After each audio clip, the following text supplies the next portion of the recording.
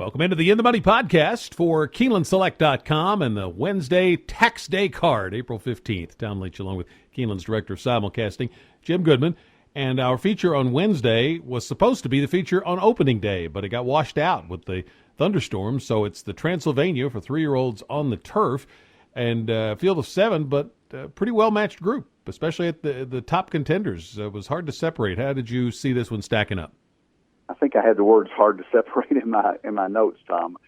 You know, there's not much to separate Night Prowler, the 2, and a lot, the 7, because they ran together, almost right together in the Dania Beach, and then a lot came back and won an optional claimer on February 22nd at Gulfstream. So he moved forward off that. Night Prowler maybe regressed a little bit in a Grade 3 Palm Beach on March the 7th.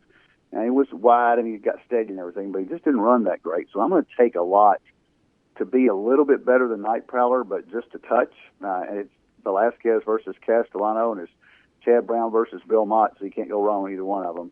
And I'm going to play those on top, and I'm going to put Luck of the Kitten underneath. Luck of the Kitten, the one horse, comes out of the Breeders' Cup Juvenile Turf and just got beat by Hootenanny by 3/4 of a length.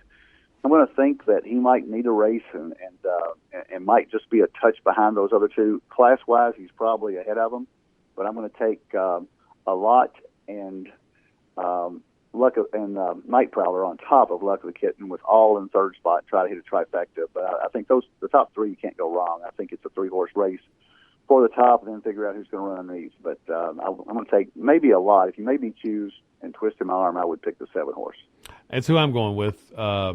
I know he finished behind Night Prowler 2 starts back, but that last race looked like it was a big improvement, and now Mott's throwing him into a stakes race again, and he's worked well coming up to this race.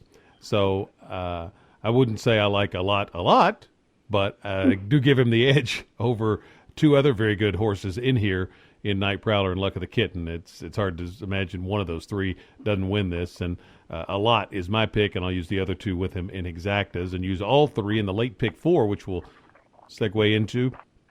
Starts with the 6th race, and I'm going to try 5 horses in here. The horse I picked for the Keeneland website was Unbridled Ocean, and this is the second start off a layoff of more than 6 months, and that's a 35% win rate for Mott, so that's pretty strong. But you got some really other strong horses in here. Mr. Speaker, Sayad, Grand Arch, Carafa. So I'm going to use all of those, 11, 10, 6, 4, 8. Then in the 7th race, I'll use my pick to win, Unbridled Explosion, the 5 plus the 6 and the 1. Use all 3 I mentioned in the Transylvania. And then I'm going to single Straight Hannah for the Maker-Ramsey connections in the final race. Mike Maker wins 23% with maiden claiming debut horses. So it's 5 by 3 by 3 by 1 for my late pick 4. How about you? It's pretty strong, singling a maiden 20,000. I'm very impressed with that. I'm going to use 5 horses in the first leg, the 6th race, and I'm going to use Rosebriar, the 2, Grand Arch, the 4, Sayad, the 6, Carafa, the 8, and Unbridled Ocean, the 11. I think this is the best betting race on the card by far. I think it's a really good turf allowance. It looks like a stakes race. So we almost got 2 stakes races on Wednesday. I think you can almost count this one. 7th race, I'm going to use 3 horses, Unbridled Explosion, the 5, Fleet of Gold, the 6.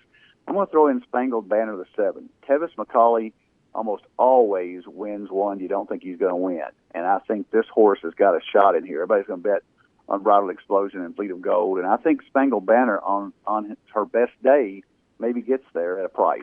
So I'm going to use 3 there. In the feature race, I'm going to use the obvious 3, Luck of the Kitten. I'm going to cut it to 2. I'm going to use a lot, and I'm going to toss Night Prowlers. I'm going to only use 2, cut back the ticket. And then the 9th race, I'm going to use Winter Wish, the 2, Nightlife Baby, the 3, Hidden Halo, the 4, and Straight A Hannah, the choice that you had, the 8 horse. I like to pick horses that don't have many starts in a maiden 20. So that's my pick 4, not singling, but going a little bit light in the feature race. We'll have a podcast for each day of the spring meet, and then on Saturdays we also do a separate podcast for some of the top stakes races around the country. So make sure you're checking it out each day at KeenelandSelect.com.